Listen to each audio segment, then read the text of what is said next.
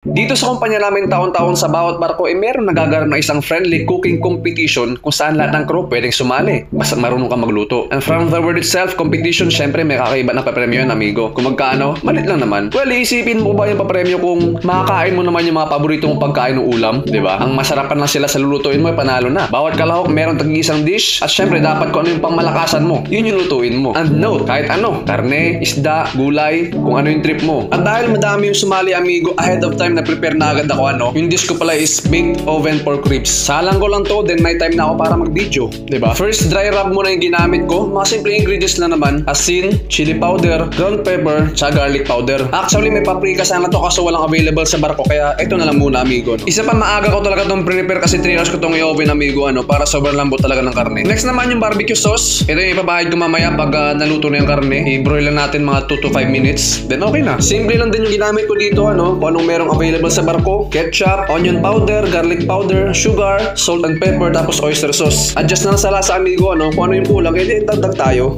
Ganun lang. At ayun na nga, nagsidatingan na sila, Si Amy, nagbibrito ng kanyang lechong kawali, tapos etong iba naman, picture daw muna. Ganun lang. Enjoy ba? Picture ang chef ko, kahit di nyo man sinali sa picture ba, nainggit man tuloy. Picture video di ba? Kabuang lang.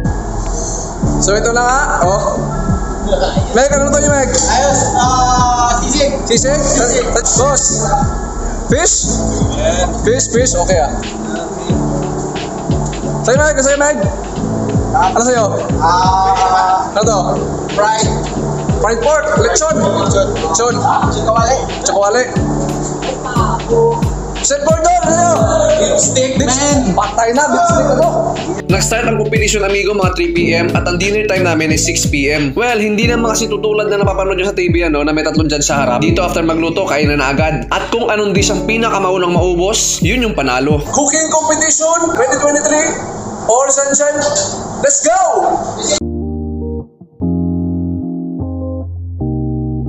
Walang time limit ang competition, Simula kami mga alas 2, alas 3. Hanggang sa matapos to lahat. Sabay-sabay makain. Sabay-sabay yung pag-judge nila Tano, sila Kamote, sila Chief Engineer. Pogi versus Chinese. At ayun nga, nagpaalam ako kay Kapitan kung pwede dalawa lutuin ko. Pumayag naman siya, kaya ito, nagluto ko ng calamares. Para maiba naman ba? Pang street food style ba? At para maging fair, amigo, ginawan ko siya ng spicy sauce na Chinese style. At bumagay naman yung lasa, Pasintabi nga pala sa mga nanonood, baka sabihin nyo, kinamay ko na yung pag-plating. Well, normal na dito sa amin to, Alam mo na, dagdag lasa, diba? Joke lang. At ito na nga, may sauce na siya, amigo, Kahit paano, nalagyan na siya ng kulay. At ito na pala yung baked oven pork ribs ko. Di ko na na-video yung process at masyado ng busy, Nagkakagulo na masyado sa kusina. And so far, halos lahat naman tapos na din magluto. Beef stick ni Euler, lechong kawali ni AB, yung iba inaayos niya pag-plating, Tingin mo naman kinakamay ng mga kadete.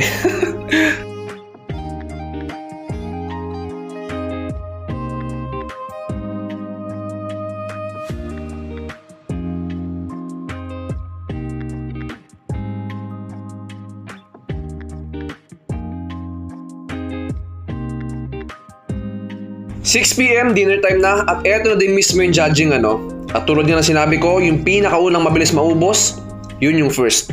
And which also means, yun yung pinakapatok sa panlasa nila,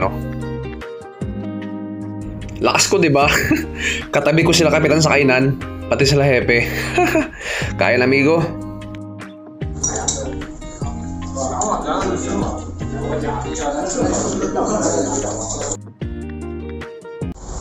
At ayun, amigo. Ito na yung result ng cooking competition namin, second place ako. Ito siya. Yan. Hindi naman ganun kalaki yung premyo, Ang goal kasi nito is mag-enjoy lahat ng crew. Meron pa rin lahat, itigli 5, yung mga hindi sumali.